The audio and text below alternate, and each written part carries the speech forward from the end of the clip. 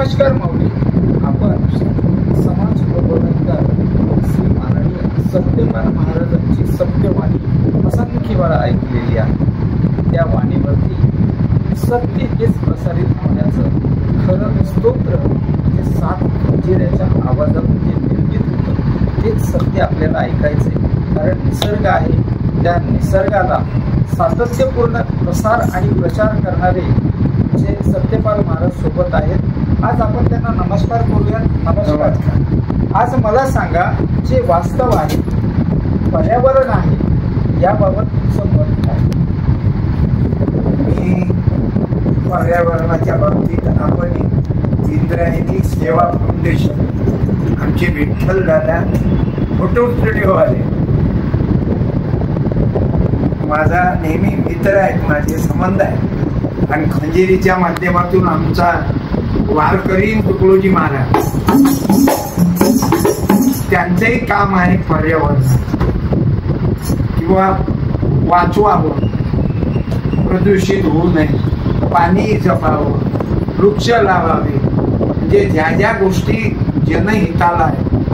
नदी हे आपली जीवनदायिनी आहे. त्याच्यात आपण ऐकतो ती इंद्रायणी काढली देवाची आरती किंवा चंद्रभागे तिरी पंढरी.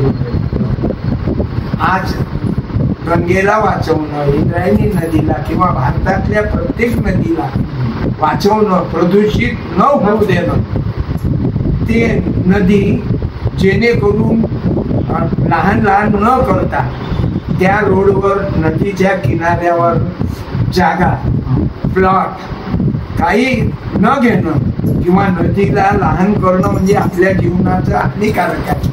तुकडोजी महाराज लिहितात, गंगे तुझ्या तीराला मन हे निवांत राहील. म्हणून माझी प्रार्थना राहील, जेणेकरून हे पर्यावरण आपल्याला सांभाळायचं आहे, कायम ठेवायचं आहे. मग वृक्ष लावा नदीच्या तीरावर. आपली कोणती नदी असो भारतात, तिला आपण गढूळ करू नये. माझं तर हे म्हणणं राहील की आई वडिलाची राख टाकायची आहे, तेही नदीत टाकू नका. नदीच्या तीरावर गड्डा करा, त्याचा झाड लावा किंवा शेतात आई वडिलाची राख टाका.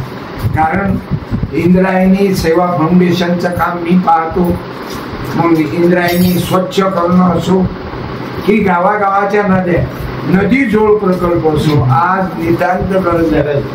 पाण्यासाठी 3रं महायुद्ध होणार, म्हणून प्रत्येकानं हृदयाला लावून घ्या, माझं माहेर पंढरी आहे भिवरेच्या तीरी, किंवा राम तेरी गंगा मैली हो गई. आम्हाला पर्यावरण सांभाळण्याकरता नदीलाही स्वच्छ ठेवायचं आहे, हवा शुद्धीकरणासाठी वृक्ष लावायचे आहे, आणि पाणी येण्याकरता वृक्ष झाड लावावं. वृक्षवल्ली आम्हा सोय रे वंशरी. जगद्गुरु तुकाराम महाराज, तुकडोजी बाबा, गाडगे बाबा हाच विचार दिला. आणि माझ्या खंजिरीच्या माध्यमातून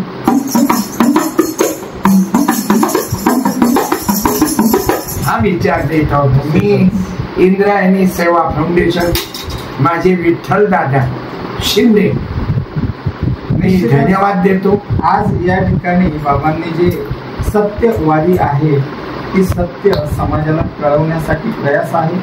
कारण समाजामध्ये वावरत असताना नदी स्तोत्र हा फार मोठा स्तोत्र आहे आणि तो जपण्याचं कार्य प्रत्येकाने करण्यासाठीच त्यांचाही ध्यास आहे, तसा आमचाही ध्यास आहे. आणि आज आपण नदीकाठी जे तिला छोटं करण्याचा प्रयास करता हा घातक आहे. त्यामुळं आज येणाऱ्या भावी काळामध्ये जो आरएफडीचा प्लॅन आहे त्या संदर्भात मात्र निश्चितच समाजामध्ये अत्यावश्यक काळाची गरज आहे. कारण नदी ही छोटी होता कामा नाही, तिचा प्रवाह मुक्त संचाराने व्हावा हीच एक अपेक्षा आहे. सरकार दरबारी विनंती करू इच्छितो की सरकार मायबाप, नदी ही जीवनाचं प्रत्येकाचं स्तोत्र आहे, त्याला वाचवण्यासाठी आम्ही प्रयास करतोय. धन्यवाद.